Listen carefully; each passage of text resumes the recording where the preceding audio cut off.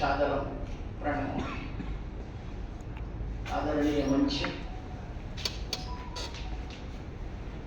मंच पर विराजमान आज के इस एक दिवसीय राष्ट्रीय परिसंवाद के संगोष्ठी के अध्यक्ष, इस प्रतिष्ठित विश्वविद्यालय के विद्युत शिरोमणि कुलपति आदरणीय प्रोफेसर डॉक्टर भालचंद्र महादेव जी, मंच पर विराजमान आदरणीय इस प्रतिष्ठित संस्था के प्रथम निदेशक विद्युत वरेण्य बंशीधर जी, आज के इस कार्यक्रम के और इस प्रतिष्ठान के निदेशक और हमारे अग्रज मित्रमणि प्रोफेसर रामपाल शुक्ल जी, आपने सूचित किया कि माननीय परमादरणीय बड़ौदा की गौरव हमारी संरक्षिका राजमाता जी मार्ग में हैं। मैं उनको स्मरण पूर्वक प्रणाम करता हूं, क्योंकि जिनकी छत्र छाया में ये कार्य हो रहा है और यह एक प्रतिष्ठित विश्वविद्यालय है। भारतीय ज्ञान परंपरा को आप इस मंच पर देख सकते हैं। इस ऑडिटोरियम का नाम दीप है। महादेवी वर्मा की एक पंक्ति याद आती है, जलाओ दिए पर रहे ध्यान इतना, अंधेरा धरा पर कहीं रहने जाए। और मंच पर विराजमान जहां बंशीधर हो, भालचंद्र हो और रामपाल हो और कृष्ण उवाच, यही है भारतीय ज्ञान परंपरा। ऐसे चतुर्मुख इस दीप शिखा जैसे देदीप्यमान सभागार में हमारे सम्मुख विराजमान इस विश्वविद्यालय के आचार्य राबिया जी, सक्सेना महोदया, गौली जी और हमारे भारतवर्ष के विविध स्थानों से पधारे विद्युत वरेण्य, चाहे वो प्रयाग से हो या नई दिल्ली से हो या जम्मू से हैं, राजस्थान से हैं, ऐसे सभी विद्युत वरेण्य को और इस विश्वविद्यालय के अधिकारी, संकाय प्रमुख, विभाग प्रमुख, विशेष रूप से हमारे नवयुवक प्राध्यापक जिनके लिए यह कार्यक्रम आयोजित किया गया, शोध छात्र और जिनके बिना संपूर्ण कार्य पूर्ण नहीं होता, ऐसे मीडिया के हमारे बंधुओं, आप सभी का मैं इस सभा में बीज भाषक होने के कारण आप सभी का हृदय से मैं कृष्ण कुमार पांडे अभिनंदन भी करता हूं और इस कार्यक्रम में बुलाने के लिए इस आयोजकों का सर्वप्रथम मैं आभार व्यक्त करता हूं, क्योंकि अपन जैसा शुक्ल जी ने बताया, यह मेरा घर है। मैं काशी से निकला, गुजरात होता हुआ अभी मध्य भारत में, भारत की मध्य भूमि है, वहां 0 माइल है, भारत के केंद्र में हूँ और कहा जाता है, मैं ज्योतिष का छात्र हूँ, तो एक गर्भ केंद्र, पृष्ठ केंद्र द्वयम, पूरी सृष्टि 3 केंद्रों से चलती है। तो ऐसे केंद्र में होकर के इस ज्ञान भूमि के इस केंद्र में, जिसको छोटी काशी कही जा रही है, काशी में जन्म लेने के साथ छोटी काशी में कार्य करने का एक अवसर मुझे प्राप्त हुआ, यह मेरा सौभाग्य है। मैं पुनः आप सभी का इस एक दिवसीय भारतीय ज्ञान परंपरा एवं महाराजा सयाजीराव गायकवाड़ तृतीय के इस कार्यक्रम में पुनः स्वागत और अभिनंदन करता हूं। वास्तव में हम जब वार्ता करते हैं कि भारतीय ज्ञान परंपरा, महाराजा जी के जितने कार्य हैं उसको आपने शुक्ल जी के मुखारबिंदु से सुने, मैं उसका साक्षी रहा हूं। यहाँ बहुत दिनों तक कार्य किया, तो बहुत से बातें मैं भी जानता हूं। मैं मानता हूं कि जब हम भारतीय ज्ञान परंपरा की बात करते हैं, तो जो 3 शब्द है, भारतीय, ज्ञान और परंपरा, इन पर हमारा सहजता से आकर्षण होता है कि आखिर ये एक अजीब वस्तु क्या है, जिनको क्या हम भूल गए तो कई बार मैं कई सभाओं में कहता हूं कि हम अपने आप को परखने के लिए आंग्ल इतिहास, जिनका इतिहास लगभग 2000 वर्षों का ही है, हम उस पर अपने आप को कसौटी की तरह कसते हैं और फिर लगता है कि हम खरे नहीं उतरते। आवश्यकता नहीं है कि हम उनके मानदंडों की चर्चा करें, क्योंकि हमारा इतिहास करोड़ों वर्षों का है और ये कहने मात्र की का विषय नहीं है। जब आज भी हम कोई कार्य करते हैं तो हम संकल्प लेते हैं और वहां कल्पादि की चर्चा करते हैं। ओम विष्णु विष्णु ओम नमः परमात्मने श्री पुराण पुरुषोत्तमस्य अद्य श्री ब्रह्मणो अहनि द्वितीय परार्थे। जब यहां तक हम कहते हैं तो लगभग करोड़ों वर्षों की कल्पना को हम आत्मसात करते हैं।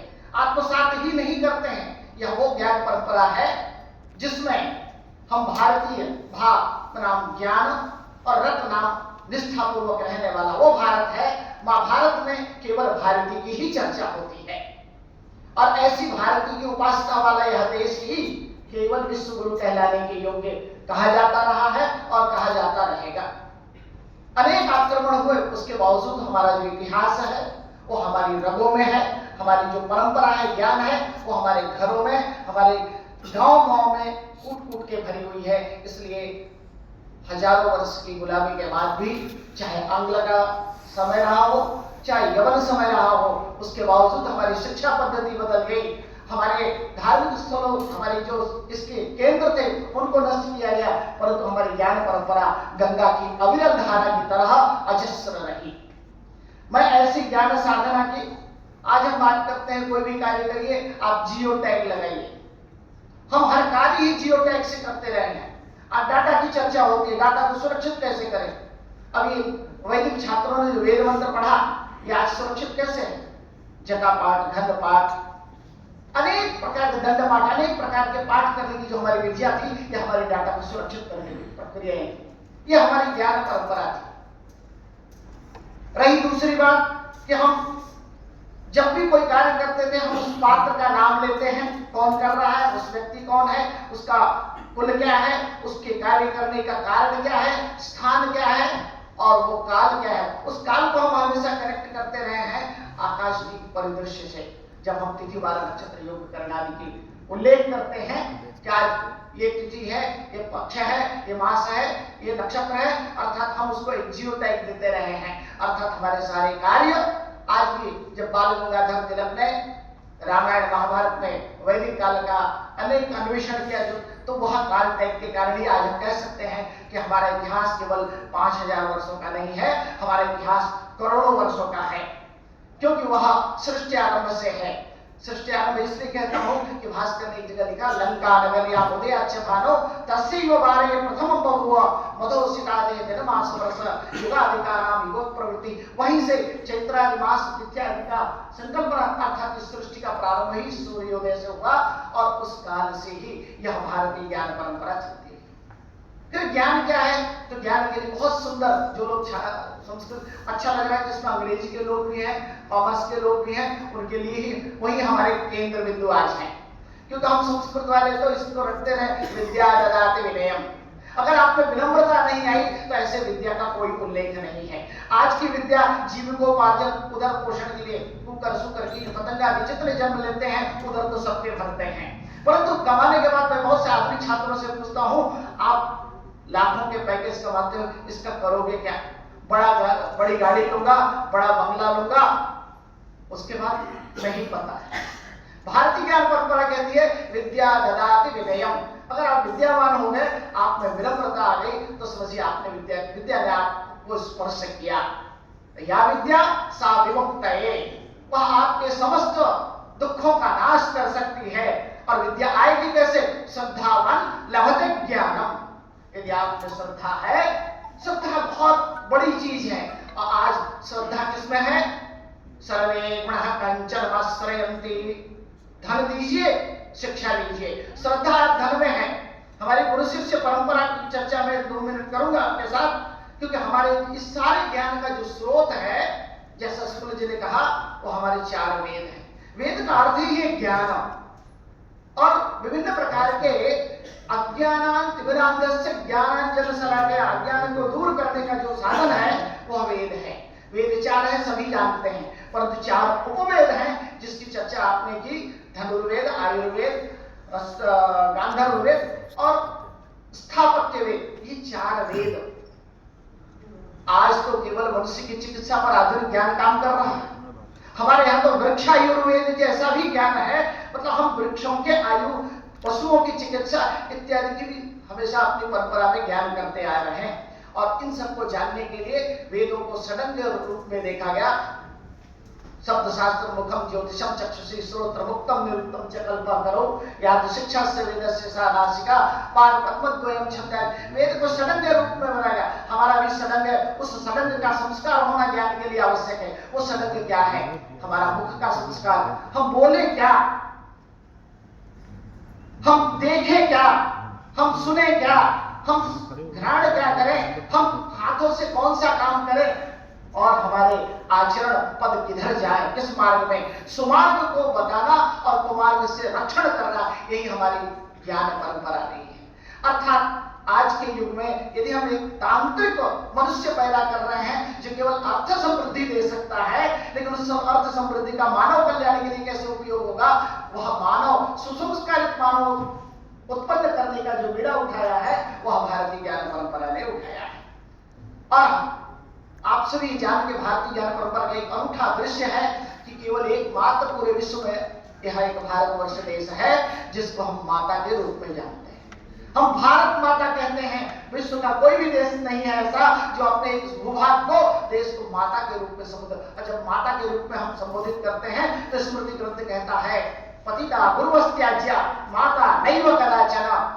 और शिक्षा का क्रम बताता है वही उपाध्याय दशाचार्यो आचार्य दशगुणा पिता पितृ दशगुणा माता गौरवेणा तिरिच्यते पतिता गुरुवस्त्याज्या माता नैव कदाचन। तो हमारी प्रथम आचार्य भारतीय ज्ञान परंपरा में माता प्रथम आचार्य है। तो गुरु और पिता एक पतित हो जाए तो त्यागी हो गए, माता त्यागी योग्य नहीं है, तो ये भारत हमारी माता है। कदापि भी हम इस संबोधन का जो एक स्फूर्ति है, एक प्रतिध्वनि है, वो केवल भारतवर्ष में आपको मिले, क्योंकि हम इस भारत माँ को प्राणभूत मानते हैं। एक बात, हम भाषा को भी मातृभाषा कहते हैं, हम उसे लैंग्वेज नहीं कहते। लैंग्वेज का कभी भी हम बार बार कहते हैं मदर टंग, मदर टंग कह देने से वो जीवन तक सीमित है। मैं कहता हूँ ये मातृभाषा है, वो हृदय की भाषा है। एक अबोध बालक जब अपनी माँ से वार्ता करता है, उस भाषा को कौन सी भाषा कहेंगे? एक्चुअल में मदर टंग तो वो है, लेकिन जब हम इसको देववाणी की तरफ ले जाते हैं, ये हमारी मातृभाषा देव भाषा के रूप में परिणित हो जाती है। और ये जो हमारी परंपरा है, परंपरा को तो हमारे जैसे परंपरावादी जो कृषि से परंपरा पढ़ते हैं, एक ही वाक्य से कहते हैं सदाशिव समारंभाम शंकराचार्य मध्यमाम अस्मत् आचार्य पर्यंतम वंदे गुरु परंपराम। हम अभी चर्चा हो रही थी, कोई कह रहा था कि सभाओं में कुछ लोग कम होते हैं। मैंने कहा लोग कम भले हो, जब सृष्टि प्रारंभ हुई ननाद ढक्का नव पंचमारम, शिव जी ने जो डमरू बजाया तो उपदेशक एक ही मात्र शिव और श्रोता एक ही मात्र मां पार्वती। फिर पार्वती ने सबको, अपने शिष्यों को, अपने पुत्रों को इसको विकसित किया।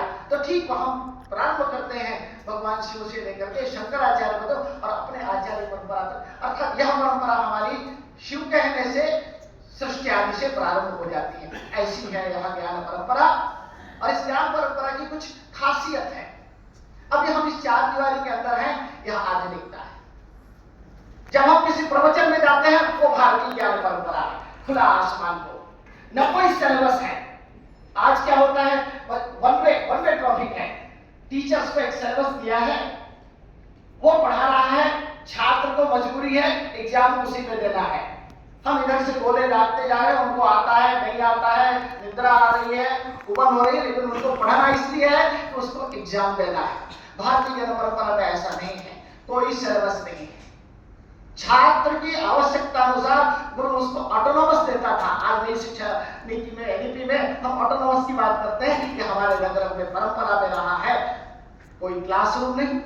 आपने कभी चित्र देखा होगा गुरु परंपरा का, तो दिखता है कि वट वृक्ष है, गुरुजी बैठे हैं, अर्ध चंद्राकार में सारे शिष्य बैठे हैं। ये एक किसी चित्रकार की कल्पना है, परंतु कल्पना नहीं है, यह एक विशिष्ट पद्धति है। यह है भारतीय ज्ञान परंपरा का एक स्वरूप।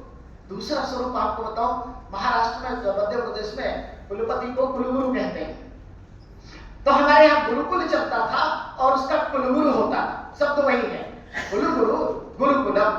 लेकिन अंतर क्या है, आज की जो टीचिंग मेथड है जिसको हम टीचिंग कहते हैं, उसका शिक्षण से कोई लेना देना नहीं। मैं कठोर शब्दों का प्रयोग कर रहा हूं, क्यों?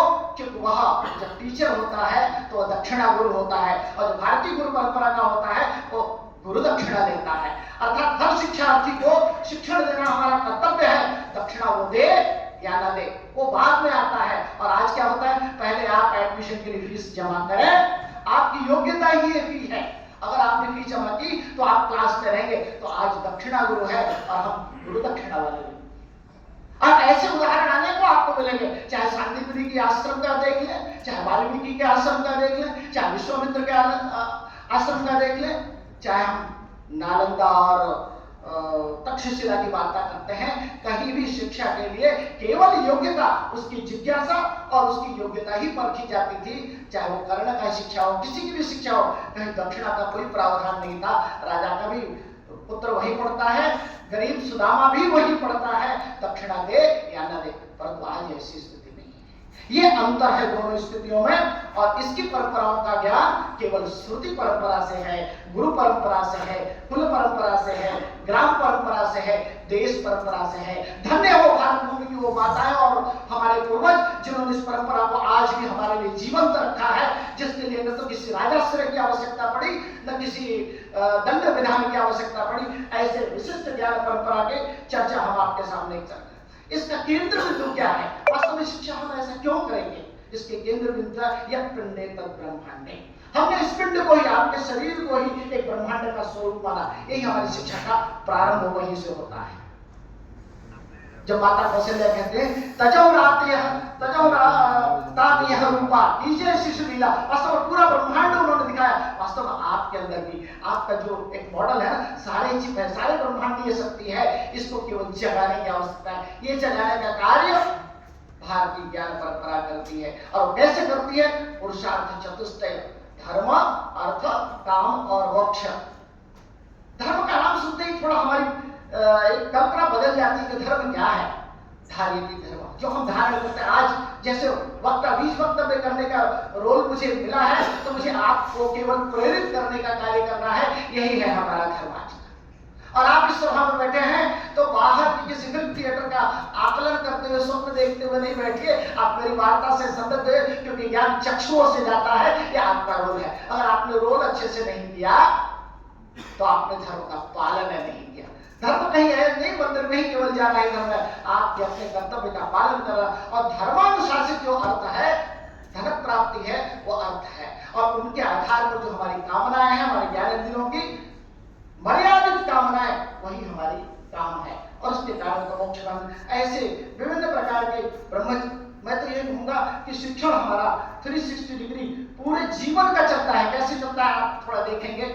हम 4 आश्रमों की चर्चा करते हैं, ब्रह्मचर्य, गृहस्थ, वानप्रस्थ और संन्यास। ब्रह्मचर्य में मात्र हम शिक्षण, उपदेश और योग्यता प्राप्त करते हैं, परंतु गृहस्थ आश्रम में उसका अनुप्रयोग करते हैं। जीवन कैसे चलाना है, चाहे उसके लिए हमें कौटिल्य अर्थशास्त्र को पढ़ना पड़े या अनेक राजशास्त्र के ग्रंथों को जानना हो, स्मृति ग्रंथों को पढ़ना पड़े। और उसके साथ जब हम वानप्रस्थ में तीसरे आश्रम में जाते हैं तो हम मानसिक रूप से स्थिर हो जाते हैं। हम पावर ट्रांसफर कैसे करें, इसके लिए हम तैयार होते हैं। त्याग की भावना हमारी तैयार होती है और पूर्णतः त्याग की ओर हम चले जाते हैं जब संन्यास आश्रम में। तो हमारी जो शिक्षा व्यवस्था है वह माँ के गर्भ से उत्पन्न होने, गर्भ में भी गर्भ संस्कार से वही शिक्षण प्रारंभ होता, वहां से लेकर जब तक हम यह भारत भूमि की, भारत माता की गोद नहीं छोड़ते हैं अपने, तब तक हमारी शिक्षण 360 डिग्री चलती रहती है। और इन सब का उद्देश्य 4-5 वाक्य है, जिसमें से एक वाक्य बहुत अच्छा है हमारे विश्वविद्यालय का, सत्यम शिवम सुंदरम। इनको प्रेरित करें, इनको जानने के लिए मुझे लगता है हमारा जो ध्येय वाक्य भारतीय ज्ञान परंपरा का, वसुधैव कुटुंबकम। जब ये भावना हम लेके चलेंगे तो अंतिम सभागार में अंतिम व्यक्ति जो बैठा है वो भी मेरा अनन्य है, जो मंच पर बैठा है वो भी मेरा अनन्य है। जब ऐसी भावना का अभ्युदय हो जाए तो समझ जाइए कि आपने भारतीय ज्ञान परंपरा ने आपको स्पर्श कर लिया है।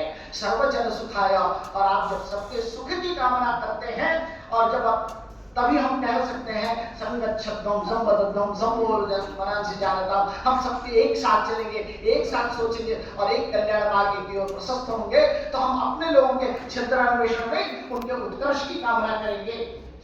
तभी हमारा कई बार हम उद्घोष तो करते हैं सर्वे भवन्तु सुखिनः सर्वे सन्तु निरामयाः। ये कामना किसी अन्य शिक्षण व्यवस्था में नहीं है, ये कामना केवल भारतीय ज्ञान परंपरा में है। वो कहता है सर्वे भवन्तु सुखिनः, वो किसी के भी दुखी की आकांक्षा को ध्यान निवृत्त करने की पूरी चेष्टा करता है। और इसीलिए एकदम कह सकता है भद्रम कर्णेभिः शृणुयाम। हम आपका अच्छा सुनना चाहते हैं, अगर आप में कुछ दुख है तो उसको निवृत्त करना चाहते हैं। अर्थात हम इसे कह सकते हैं, ज्ञान की 2 मिनट और आपका लूंगा, ये दृष्टि का भेद है। जैसी दृष्टि वैसी सृष्टि। और दृष्टि यदि आपने बदल दिया तो मैं कहता हूं योगवादी दृष्टि रखिए, भोगवादी दृष्टि नहीं है। भारतीय ज्ञान परंपरा की शोषण की दृष्टि नहीं है, यह पोषण की दृष्टि है, यह स्वामित्व की दृष्टि नहीं है, यह यज्ञमय होने की दृष्टि है, यह वस्तु दृष्टि नहीं है, यह देव दृष्टि है। जब हम देव दृष्टि की चर्चा करते हैं, हम भारतीय ज्ञान परंपरा की चर्चा करेंगे, तभी मानव का निर्माण होगा, चरित्र का मूल्यांकन होगा, चरित्र का प्रवाह में लोक कल्याण के लिए उपयोग होगा और स्वस्थ और समृद्ध साम्राज्य बनेगा। इन्हीं ज्ञान परंपराओं को लेकर महाराजा सयाजीराव ने जो बीज भाषण है, उसे बीज इतना ही, बीज जितना छोटा होगा वृक्ष उतना ही बृहद होता है। चाहे वो अश्वत्थ का वृक्ष हो, वट वृक्ष हो, तो बीज को बहुत बड़ा नहीं करना चाहता हूँ। एक मिनट में हम अपनी बात आपको आपके समक्ष रखूंगा। इसी ज्ञान परंपरा की जो त्रिवेणी ज्ञान में यज्ञ को प्रवाहित करने की निरंतरता में यह प्रतिष्ठान लगा हुआ है, जिसमें इन्होंने अनेक प्रकार के शोध कार्य, प्रकाशन और अनेक चर्चा सत्रों का आयोजन किया। और इस आयोजन को केवल एक ही वाक्य में कहेंगे, आपका लोगो ही उसे प्रतिबिंबित करता है। हम जल में रहते हुए कमलवत रहें, जल का स्पर्श नहीं हुआ लेकिन जल की आभा हमारे अंदर आ जाए, और उसमें जो शिखा ऊपर है वही ज्ञान शिखा है। और जो स्लोगन है आपका सत्यम शिवम सुंदरम, सत्य में ही शिव वास करता और यही सुंदर है। इसी कल्पना से यदि आप चलेंगे तो भारतीय ज्ञान परंपरा का हम अनुपालन कर पाएंगे। आज की समग्र चुनौतियों का यदि कहीं निराकरण है तो भारतीय ज्ञान परंपरा है। कुछ गौरव बिंदु भी हमारे हैं। मैं भारतीय ज्ञान परंपरा के एक वाक्य के साथ, उद्घोष के साथ अपनी वाणी को विराम दूंगा कि भारतीय ज्ञान परंपरा एकता का स्तंभ है। मुझे गर्व है कि भारतीय ज्ञान परंपरा एकता का स्तंभ है, अखंडता का जनक है, बल तप दर्शन और चिंतन और मनन की अजस्र धारा है। यही मेरी भारतीय ज्ञान परंपरा, मेरी संस्कृति है, मेरा संस्कार है, यही मेरी सभ्यता है, यही मेरा संयम है, यही मेरा समन्वय है, यही मेरी क्षमता है और यही मेरी श्रद्धा है, यही मेरा वैभव है, यही मेरा कीर्ति है, यही भारतीय ज्ञान परंपरा मेरा अभिमान है, सम्मान है, जीवन है, कर्म है, स्वरूप है, सुगंध है या युग हो, यही मेरा तन मन धन सर्वस्व है। जय तु भारतम, जय तु भारती, सत्यम शिवम सुंदरम। इस अकिंचन कृष्ण कुमार को धैर्य पूर्वक मनोयोग से सुना, क्योंकि कृष्ण ने कहा योग आवश्यक है। इसी योग के साथ आपको छोड़े जा रहा हूं। आप पूरे दिन इस सत्र में एक योगी की तरह दत्त चित्त होकर के अपना ध्यान आगे से इतना दक्षिणा लेने की आकांक्षा करते हुए मैं अपनी वाणी को विराम करता हूं।